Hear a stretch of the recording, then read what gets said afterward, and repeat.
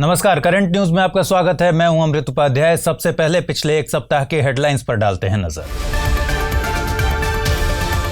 Djibouti code of conduct में observer के तौर पर शामिल हुआ भारत। हिंद महासागर क्षेत्र में सामुद्रिक सुरक्षा बढ़ाने की दिशा में प्रयास। पायरेसी और आर्म्ड रॉबरी को रोकना है इसका मकसद। ग्लोबल इकोनॉमिक फ्रीडम इंडेक्स 2020 हुआ जारी। 105वें पायदान पर रहा भारत। रैंकिंग में देखने को मिली बड़ी गिरावट। 16 सितंबर को दुनिया भर में मना विश्व ओजोन दिवस। Ozone for life 35 years of ozone layer protection रही थीम। सूर्य की खतरनाक किरणों से पृथ्वी को बचाती है ओजोन।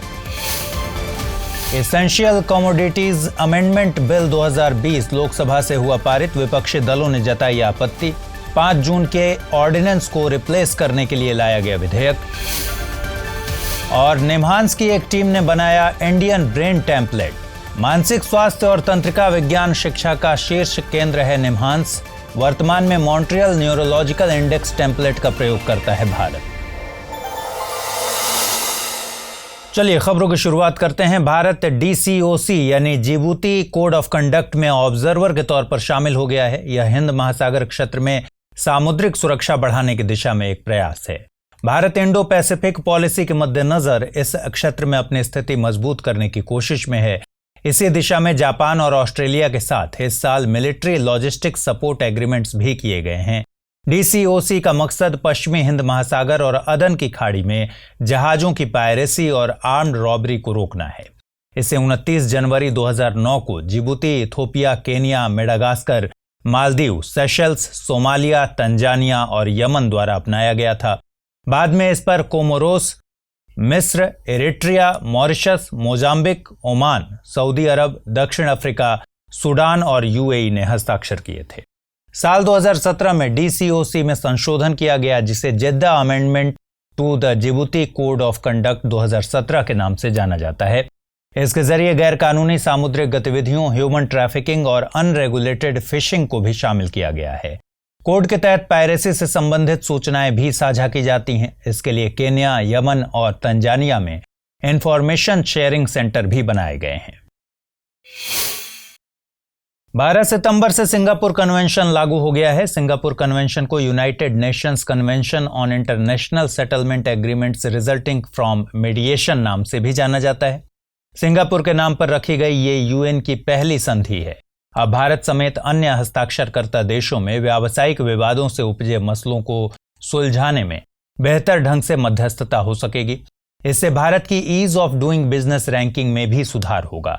1 सितंबर 2020 तक कन्वेंशन में भारत, चीन और अमेरिका समेत 53 हस्ताक्षरकर्ता देश शामिल हैं। कन्वेंशन के लागू होने से मध्यस्थता से उपजे समझौतों को लागू कराने के लिए व्यवसायों को देशों के जनरल कानूनों से नहीं गुजरना होगा। यह हस्ताक्षर और अनुमोदन करने वाले देशों के कोर्ट्स के जरिए सीधे लागू करवाए जा सकते हैं। हाल ही में भारत और जापान ने एक लॉजिस्टिक समझौते पर हस्ताक्षर किए। इसे acquisition and cross servicing agreement कहा गया है। समझौते के मुताबिक दोनों देशों के सशस्त्र बल एक दूसरे को सेवाओं और आपूर्ति में सहयोग कर सकेंगे। सरकार का मानना है कि पारस्परिक आपूर्ति और सेवा के प्रावधान से भारत और जापान के सशस्त्र बलों के बीच परस्पर संबंध बढ़ेगा। इससे क्षेत्रीय सुरक्षा बनाए रखने में सहायता मिलेगी। समझौते के अंतर्गत द्विपक्षीय प्रशिक्षण गतिविधियों, संयुक्त राष्ट्र शांति अभियान, मानवीय अंतर्राष्ट्रीय राहत और पारस्परिक रूप से सहमत अन्य गतिविधियों में दोनों देश एक दूसरे की सहायता करेंगे। यह समझौता 10 साल तक लागू रहेगा। इसके बाद यह अपने आप ही आगे की अवधि के लिए बढ़ता जाएगा। समझौता तब तक लागू रहेगा जब तक कि कोई एक सदस्य इसे समाप्त करने का फैसला नहीं करता। गौरतलब है कि इससे पहले भारत ने इसी तरह का समझौता USA, ऑस्ट्रेलिया, फ्रांस, ओमान और सिंगापुर के साथ भी कर रखा है। हाल ही में भारत और चीन के बीच लद्दाख में चल रहे विवाद को सुलझाने के लिए 5 सूत्रीय समझौते पर सहमति हुई है। समझौते को विदेश मंत्री S जयशंकर और उनके चीनी समकक्ष वांग यी के बीच हुई लंबी बातचीत के बाद स्वीकार किया गया। समझौते के मुताबिक दोनों पक्षों को दोनों देशों के नेताओं द्वारा भारत चीन संबंधों को विकसित करने के लिए बनी सहमति से मार्गदर्शन लेना चाहिए और मतभेद को विवाद का रूप लेने से रोकना चाहिए। दूसरे मुख्य बिंदु के तौर पर सीमा पर सैनिकों के बीच आपसी संवाद जारी रखने मसले को जल्दी रफा दफा करने और सीमा पर दोनों सेनाओं के बीच तय दूरी को बनाए रखने की बात पर भी जोर दिया गया है। भारत ने दोनों देशों की सेनाओं को उनके अप्रैल के पोस्ट तक वापस करने की बात रखी है। तीसरे बिंदु के तहत दोनों देशों के बीच भारत चीन सीमा मामलों के सभी मौजूदा समझौतों और प्रोटोकॉल का पालन करने पर सहमति बनी है। समझौते का चौथा बिंदु विशेष प्रतिनिधि मैकेनिज्म के माध्यम से कम्युनिकेशन को जारी रखने और सीमा मामलों पर परामर्श और समन्वय के लिए वर्किंग मैकेनिज्म की बैठक को जारी रखने की बात पर आधारित है। पांचवें अहम बिंदु के मुताबिक स्थिति के सामान्य होते ही दोनों पक्षों को सीमा क्षेत्रों में शांति बहाल करने की दिशा में नए कॉन्फिडेंस बिल्डिंग उपाय अपनाने पर सहमति हुई है। FATF यानी फाइनेंशियल एक्शन टास्क फोर्स ने रेड फ्लैग इंडिकेटर्स पर एक रिपोर्ट तैयार की है। इसके जरिए मनी लॉन्ड्रिंग, आतंकवादी वित्त पोषण और अन्य अपराधों के लिए वर्चुअल संपत्ति के दुरुपयोग का पता लगाने में वित्तीय संस्थानों, जांच एजेंसियों और नियामकों को सहायता मिलेगी। क्रिप्टो करेंसी जैसी वर्चुअल संपत्ति का डिजिटल रूप से ट्रेड या ट्रांसफर किया जा सकता है। इस वजह से इसका उपयोग भुगतान या निवेश उद्देश्यों के लिए किया जा सकता है। रिपोर्ट के मुताबिक आम जनता ऐसी वर्चुअल संपत्ति का व्यापक रूप से उपयोग नहीं करती, लेकिन इनका उपयोग अपराधियों के बीच देखा गया है। रिपोर्ट में शामिल रेड फ्लैग इंडिकेटर्स 2017 से 2020 के बीच विभिन्न न्यायालयों द्वारा दिए गए 100 से अधिक मामलों के अध्ययन पर आधारित हैं। अधिकांश वर्चुअल संपत्ति से जुड़े अपराधों में मनी लॉन्ड्रिंग जैसे अपराध शामिल हैं, लेकिन इसके अलावा इनका उपयोग अपराधी वित्तीय प्रतिबंधों से बचने, आतंकी गतिविधियों के लिए धन जुटाने, अवैध वस्तुओं को बेचने, धोखाधड़ी, कर चोरी, साइबर अपराध, बाल शोषण और मानव तस्करी के लिए भी करते हैं। ग्लोबल इकोनॉमिक फ्रीडम इंडेक्स 2020 हाल ही में जारी किया गया। इस साल के इंडेक्स में भारत पिछली बार से 26 रैंक की गिरावट के साथ 105वें पायदान पर रहा। पिछले साल की रैंकिंग में देश 79वें स्थान पर था। कनाडा के फ्रेजर इंस्टीट्यूट की यह वार्षिक report the economic freedom of the world 2020 centre for civil society के साथ मिलकर भारत में यह रैंकिंग जारी की गई है। इंडेक्स में हांगकांग को पहले जबकि सिंगापुर को दूसरे पायदान पर रखा गया है। यह रिपोर्ट 2018 के आंकड़ों के हिसाब से बनाई गई है। आंकड़ों के मुताबिक सरकार के आकार, कानूनी प्रणाली और संपत्ति के अधिकार, अंतर्राष्ट्रीय स्तर पर व्यापार करने की स्वतंत्रता और ऋण, श्रम एवं व्यवसाय के विनियमन सरीखे इंडिकेटर्स में पिछली बार की तुलना में भारत का खराब प्रदर्शन रहा है। यह रिपोर्ट 162 देशों और क्षेत्रों की नीतियों और संस्थानों का विश्लेषण करके आर्थिक स्वतंत्रता को मापती है। इसके तहत आर्थिक स्वतंत्रता के मद्देनजर व्यक्तिगत पसंद का स्तर, बाजारों में प्रवेश करने की क्षमता, निजी स्वामित्व वाली संपत्ति की सुरक्षा, विधि का शासन आदि इंडिकेटर्स का ध्यान रखा जाता है। हाल ही में अगरकर रिसर्च इंस्टीट्यूट के शोधकर्ताओं ने केजी यानी कृष्णा गोदावरी बेसिन में बायोजेनिक मीथेन हाइड्रेट पर एक अध्ययन किया। मीथेन एक स्वच्छ और किफायती ईंधन होता है। अनुमान है कि 1 घन मीटर मीथेन हाइड्रेट में 160 से 180 घन मीटर मीथेन होता है। यहां तक कि केजी बेसिन में मौजूद मीथेन हाइड्रेट्स में मीथेन का सबसे कम अनुमान भी दुनिया भर में उपलब्ध सभी जीवाश्म ईंधन भंडार का 2 गुना है। आपको बता दें कि केजी बेसिन में जमा मीथेन हाइड्रेट बायोजेनिक ओरिजिन के हैं। बायोजेनिक मीथेन जीवों की मेटाबॉलिक गतिविधियों से बनते हैं। शोध दल के मुताबिक मीथेनोजेंस बायोजेनिक मीथेन का उत्पादन करते हैं। मीथेनोजेंस एक प्रकार के सूक्ष्म जीव हैं। ये हाइपोक्सिक यानी ऑक्सीजन के निम्न स्तर की स्थिति में एक मेटाबॉलिक बाई प्रोडक्ट के रूप में मीथेन का उत्पादन करते हैं। मीथेन हाइड्रेट महासागरों में उच्च दबाव और कम तापमान में हाइड्रोजन बॉन्ड वाले पानी और मीथेन गैस की क्रिया से बनता है। यह एक क्रिस्टलीय ठोस होता है। इसमें मीथेन चारों ओर से पानी के अणुओं से घिरे होते हैं। हाल ही में रक्षा क्षेत्र में एफडीआई के नियमों में बदलाव किए गए हैं। इसके तहत ऑटोमेटिक रूट से निवेश की सीमा 49% से बढ़ाकर 74% कर दी गई है। हालांकि इस मद्देनजर रक्षा क्षेत्र में विदेशी निवेश के लिए एक नई शर्त राष्ट्रीय सुरक्षा क्लॉज को भी जोड़ा गया है। इस नई शर्त को वाणिज्य और उद्योग मंत्रालय द्वारा प्रस्तावित किया गया था। इस क्लॉज के मुताबिक राष्ट्रीय सुरक्षा के आधार पर रक्षा क्षेत्र में किसी भी विदेशी निवेश की जांच की जा सकती है, चाहे वो निवेश ऑटोमेटिक रूट से ही क्यों न किया गया हो। सरकार देश में विनिर्माण को बढ़ावा देने की अपनी मुहिम के तहत रक्षा क्षेत्र पर ध्यान केंद्रित कर रही है। इसके अलावा भारत ने 2025 तक रक्षा क्षेत्र में 1.75 लाख करोड़ रुपए का कारोबार हासिल करने का लक्ष्य भी रखा है, जिसमें 35,000 करोड़ रुपए का निर्यात भी शामिल है। ऐसी स्थिति में एफडीआई के ऑटोमेटिक रूट से निवेश की सीमा बढ़ाना एक कारगर पहल हो सकता है। आपको बता दें कि एफडीआई यानी विदेशी प्रत्यक्ष निवेश में किसी देश का व्यक्ति या संस्था किसी दूसरे देश के व्यापार में निवेश करते हैं।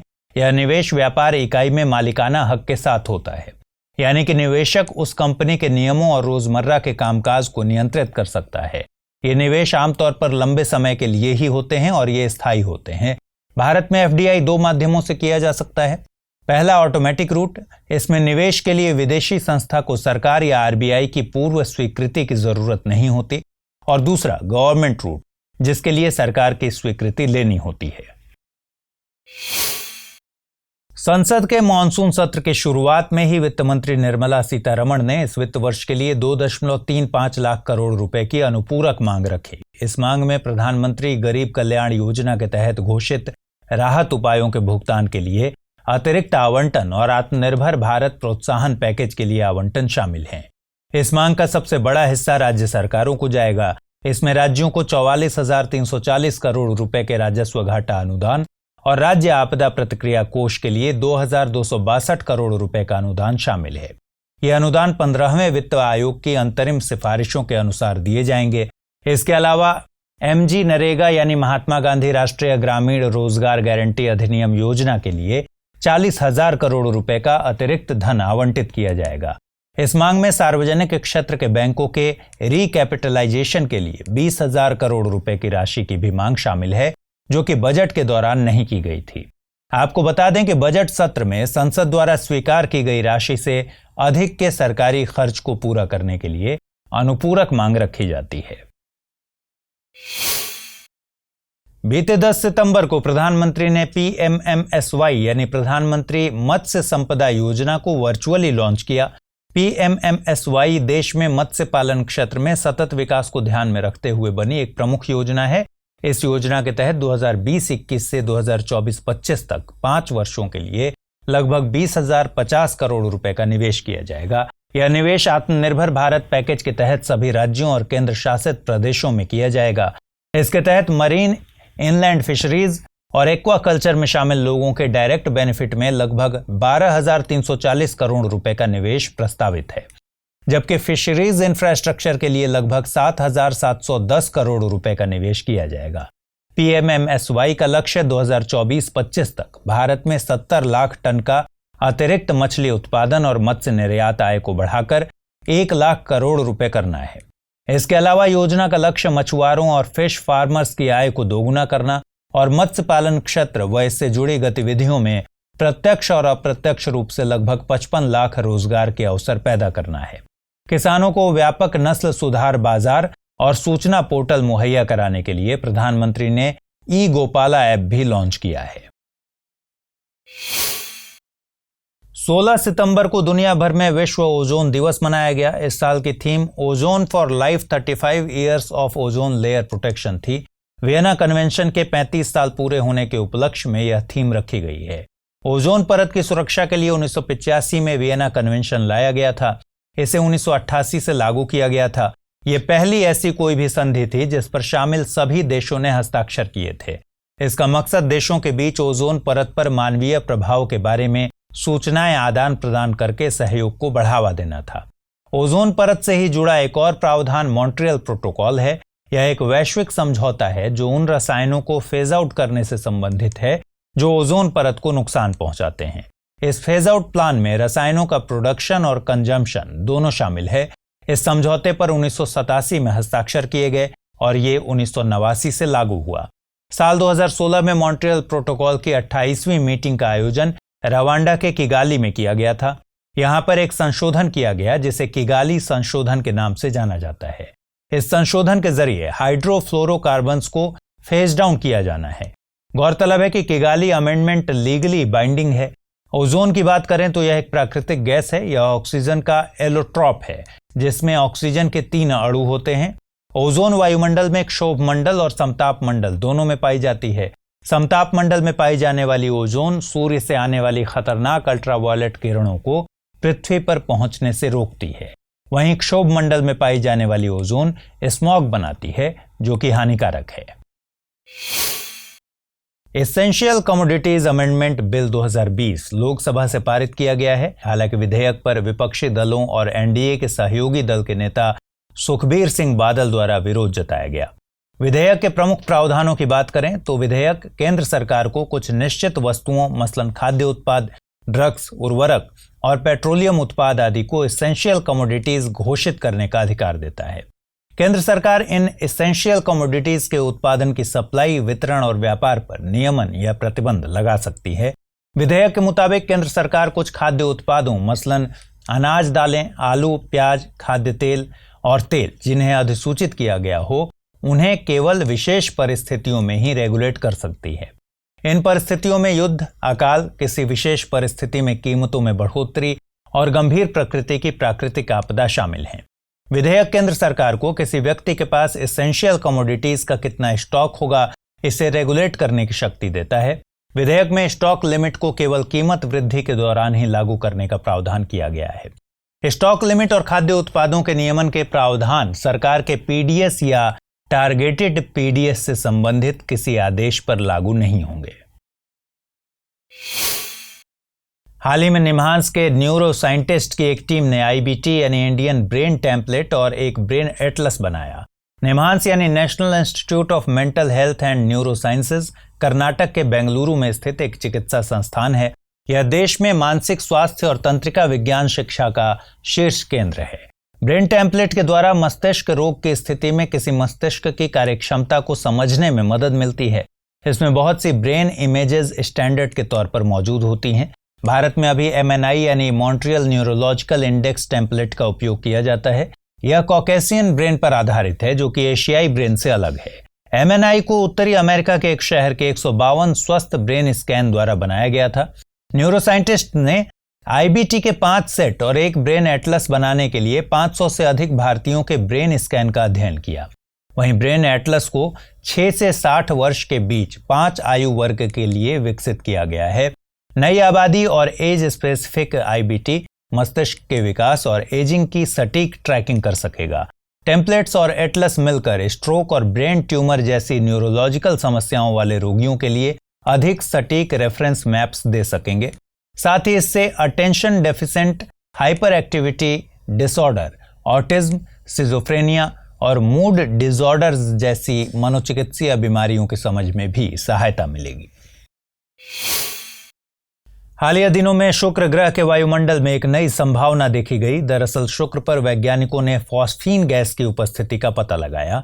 इससे पता चलता है कि इस ग्रह पर माइक्रोबैक्टीरिया की उपस्थिति हो सकती है, क्योंकि पृथ्वी पर इस गैस का उत्सर्जन एनारोबिक बैक्टीरिया करते हैं। एनारोबिक बैक्टीरिया की मौजूदगी ऑक्सीजन की अनुपस्थिति वाले पर्यावरण मसलन मार्शलैंड और लैंडफिल्स में होती है। पहले वैज्ञानिकों ने अमेरिका के हवाई स्थित जेम्स क्लर्क मैक्सवेल टेलीस्कोप के जरिए इस संदर्भ में पता लगाया था। बाद में चिली स्थित Atacama large millimetre array radio telescope से इसे कंफर्म किया गया। फॉस्फीन एक कलरलेस गैस है। इसमें एक फॉस्फोरस एटम में 3 हाइड्रोजन एटम अटैच रहते हैं। इसका प्रयोग सेमीकंडक्टर इंडस्ट्री में किया जाता है। यूएसए के centre for disease control and prevention ने इसे लंग डैमेजिंग एजेंट के तौर पर कैटेगराइज किया है। आपको बता दें कि शुक्र ग्रह पृथ्वी का निकटतम पड़ोसी है। इसे मॉर्निंग और इवनिंग स्टार भी कहा जाता है। इसका कोई उपग्रह नहीं है। नासा का शुक्र के लिए भेजा गया स्पेसक्राफ्ट मैगलन सफलतम डीप स्पेस मिशन में से एक था। यह शुक्र के वायुमंडल से टकराने के बाद 10 घंटे बाद जल गया था। बीते दिनों पर्यटन मंत्रालय द्वारा प्रसाद और स्वदेश दर्शन योजना के तहत बौद्ध स्थलों में अवसंरचना और सुविधाएं विकसित करने के संबंध में जानकारी दी गई थी। स्वदेश दर्शन योजना के तहत 15 थीम सर्किट्स में एक बौद्ध सर्किट भी है। पर्यटन मंत्रालय ने बोधगया, अजंता और एलोरा में बौद्ध स्थलों की पहचान इन्हें आइकॉनिक टूरिस्ट साइट्स के तौर पर विकसित करने के लिए भी की है।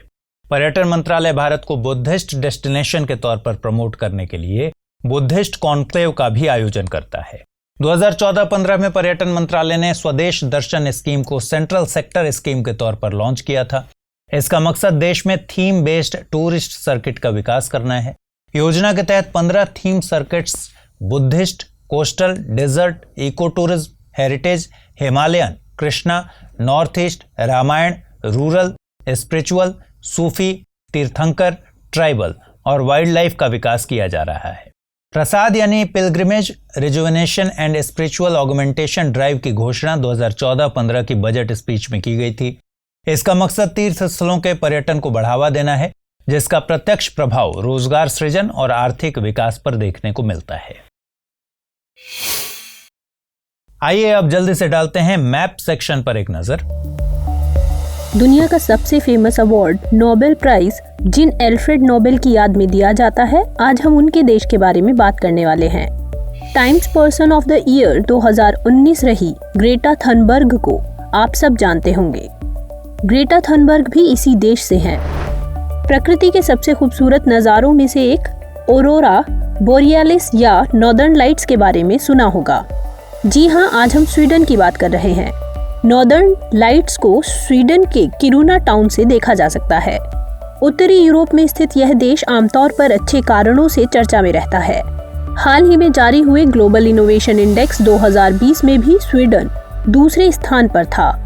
ये देश कितना प्रोग्रेसिव है, इसका अंदाजा इस बात से लगाया जा सकता है कि 1996 में ही स्वीडन के शहर वॉक्सजो ने 2030 तक जीवाश्म ईंधनों से मुक्त होने का लक्ष्य रखा था। आमतौर पर वॉक्सजो को यूरोप की ग्रीनेस्ट सिटी भी कहा जाता है। स्टॉकहोम स्वीडन की राजधानी और यहाँ का सबसे बड़ा शहर है। फिजिक्स, केमिस्ट्री, मेडिसिन, लिटरेचर और इकोनॉमिक साइंसेज में नोबेल प्राइज स्टॉकहोम में आयोजित समारोह में दिए जाते हैं। स्कैंडिनेवियन पेनिनसुला पर स्थित स्वीडन अपनी स्थलीय सीमा नॉर्वे और फिनलैंड से साझा करता है। स्वीडन के पूर्वी तट पर गल्फ ऑफ बोथनिया और बाल्टिक सी स्थित है। बाल्टिक सी नॉर्थ अटलांटिक ओशन की एक आर्म है जो स्कैंडिनेवियन पेनिनसुला को बाकी के यूरोप महाद्वीप से अलग करता है। एरेसुड स्ट्रेट स्वीडन को डेनमार्क से अलग करती है। टॉर्ने नदी स्वीडन की सबसे लंबी नदी है जो कि स्वीडन और फिनलैंड के बीच सीमा बनाती है। किबनेकेस माउंटेन रेंज स्वीडन के उत्तरी क्षेत्र में स्थित है। इसी माउंटेन रेंज में स्वीडन की सबसे ऊंची चोटी है। स्वीडन आर्कटिक काउंसिल में शामिल 8 आर्कटिक देशों में से एक है। आज हम आपको जर्मनी के मैप के साथ छोड़ रहे हैं। रूस के साथ एलेक्सी नवलनी के मुद्दे पर हो रहे विवाद के कारण जर्मनी सुर्खियों में है। आपको जर्मनी के साथ सीमा साझा करने वाले देशों के नाम कमेंट सेक्शन में बताने हैं। अगले बुलेटिन में हम आपको जर्मनी के मैप से रूबरू करवाएंगे। तो फिलहाल इस बुलेटिन में इतना ही। खबरों को विस्तार से पढ़ने के लिए विजिट कीजिए www.drishtias.com पर। साथ ही दृष्टि एस के हिंदी और अंग्रेजी यूट्यूब चैनल को लाइक, शेयर और सब्सक्राइब करना मत भूलिए। लेकिन चलते चलते डालते हैं कुछ छोटी मगर जरूरी खबरों पर नजर।